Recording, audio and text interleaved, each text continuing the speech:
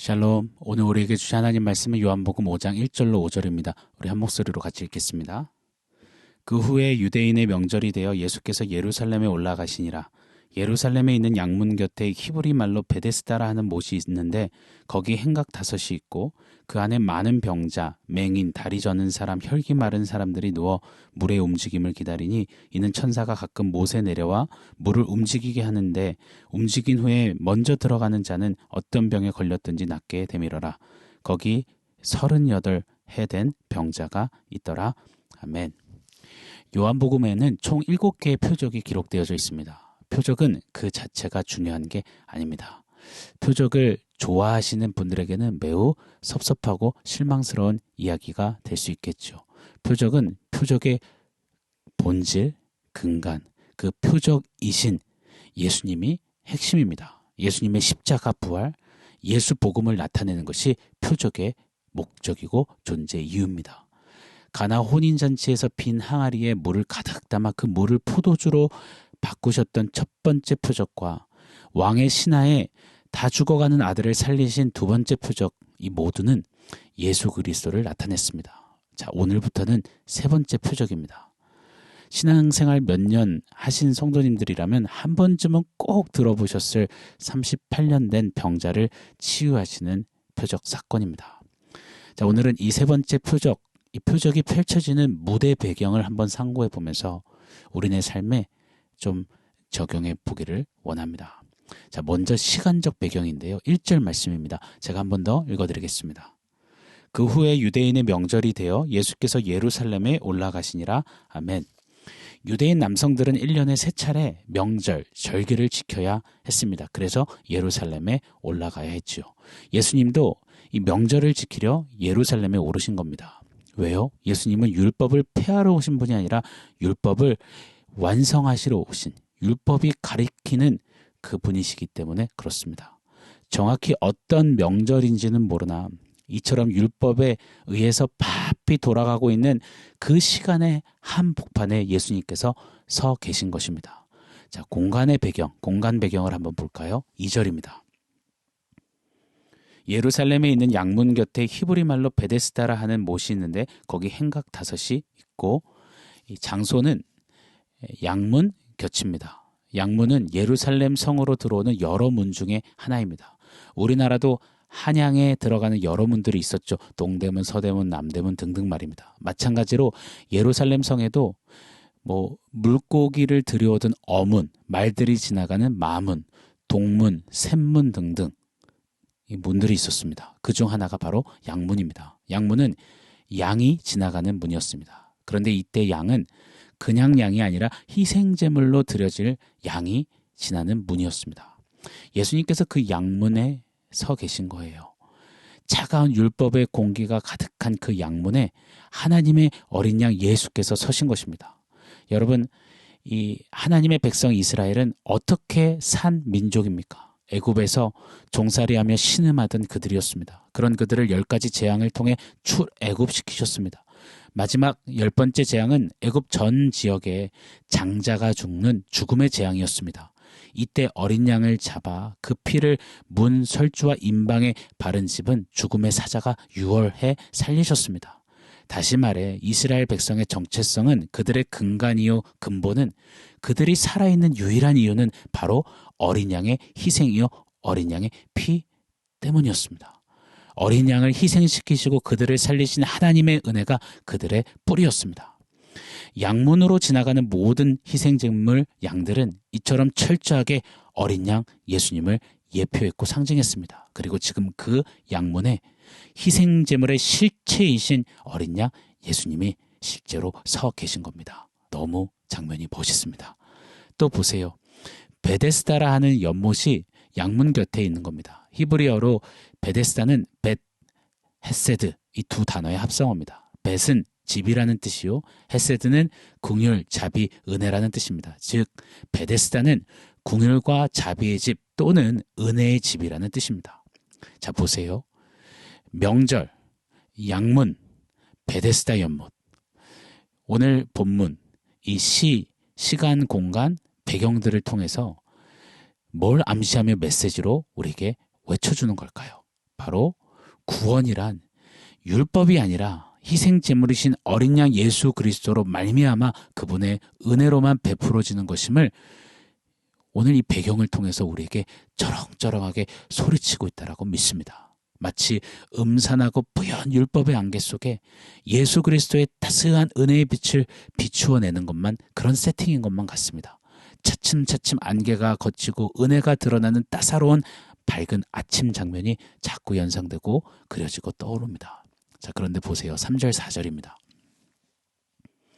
그 안에 많은 병자, 맹인, 다리 저는 사람, 혈기 마른 사람들이 누워 물의 움직임을 기다리니 이는 천사가 가끔 못에 내려와 물을 움직이게 하는데 움직인 후에 먼저 들어가는 자는 어떤 병에 걸렸든지 낫게 되밀어라.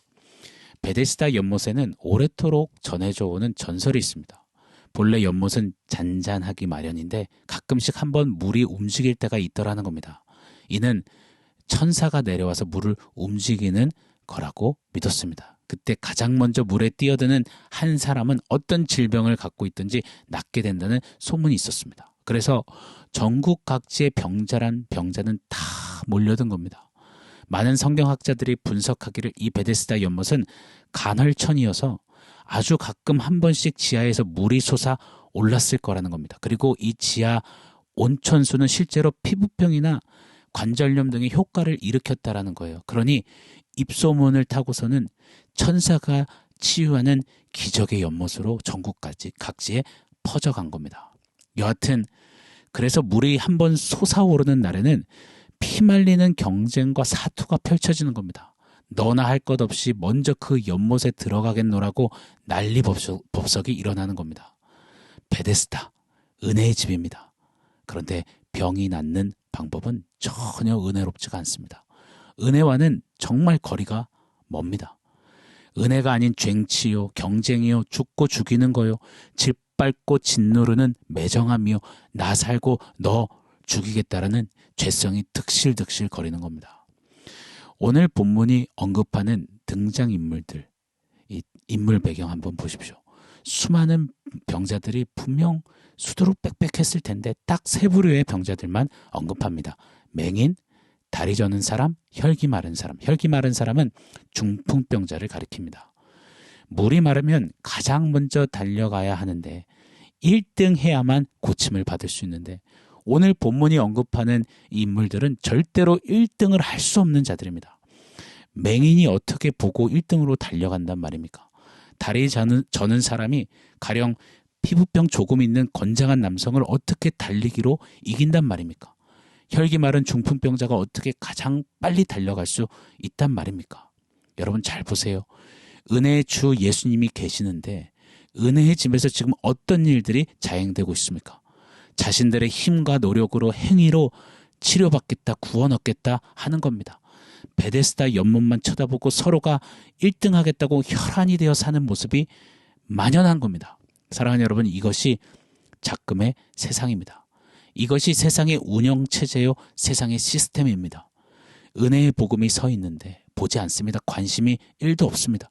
은혜를 떠난 채 그냥 그저 어떻게든 빨리 베데스다로 뛰어들어 보겠다며 1등 위해서, 고지 꼭대기 피라미드 꼭대기를 오르기 위해서 눈코 틀 새 없이 하루하루 사는 세상입니다.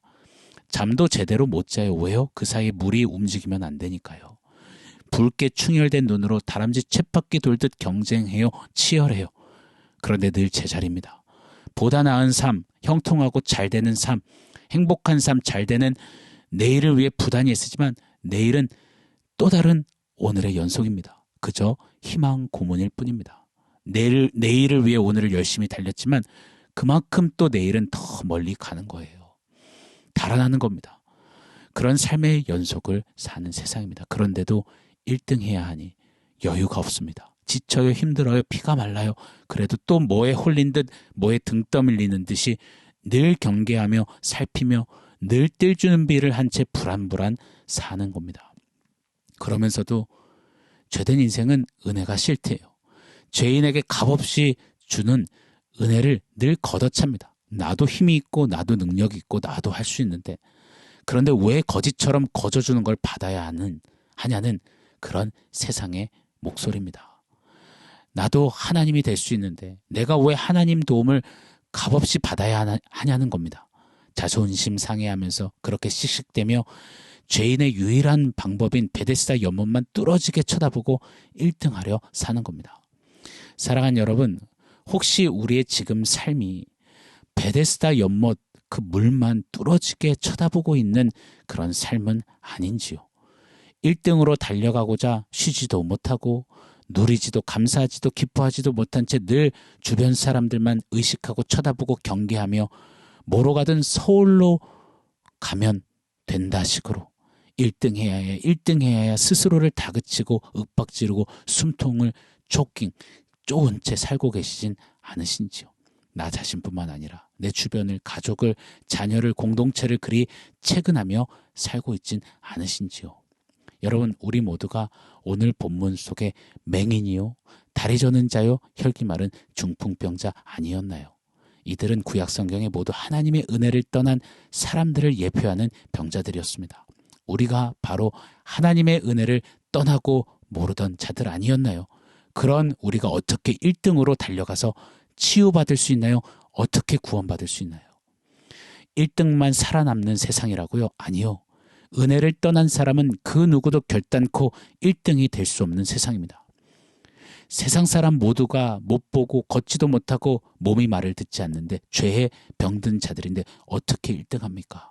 고로 우리에겐 1등 될 수 있는 능력과 실력과 힘과 용기와 요행이 필요한 게 아닙니다. 우리에게는 은혜의 주 예수님이 필요합니다.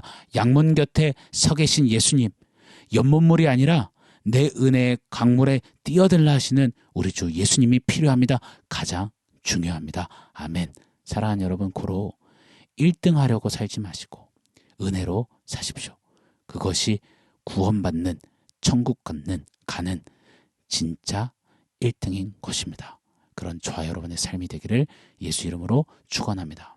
자, 오늘 원포인트는 은혜고사 만점입니다. 은혜고사 만점. 만약에 하나님의 은혜가 1등으로 달려오는 사람에게만 구원을 주시겠다, 시험 쳐서 1등하는 사람만 치유하시겠다 하셨으면 어땠을까요? 우리 너무 괴로웠을 겁니다. 그건 사는 것 자체가 그냥 지옥이었을 겁니다. 저는 아마 목사 못할 겁니다.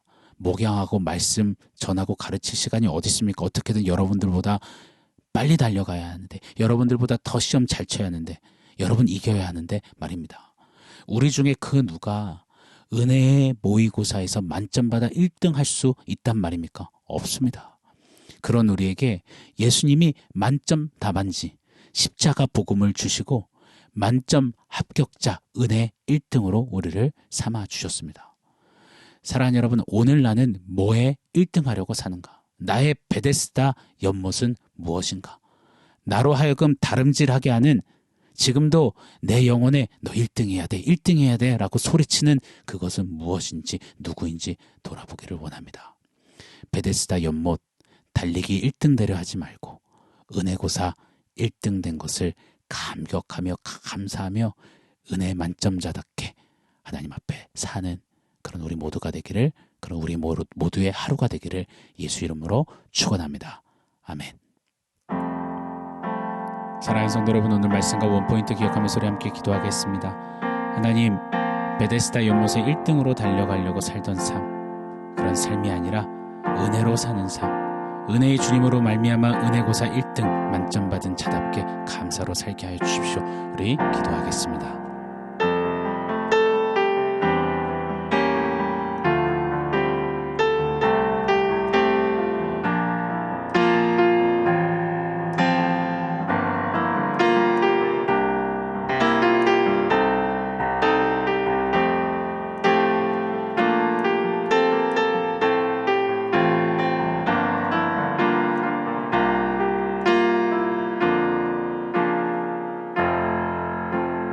하나님, 세상과 똑같이 베데스다 연못에 내 힘, 내 실력으로 1등 해보려고 혈안이 되어 사는 그런 삶이 아니라 나는 오직 은혜로 삽니다.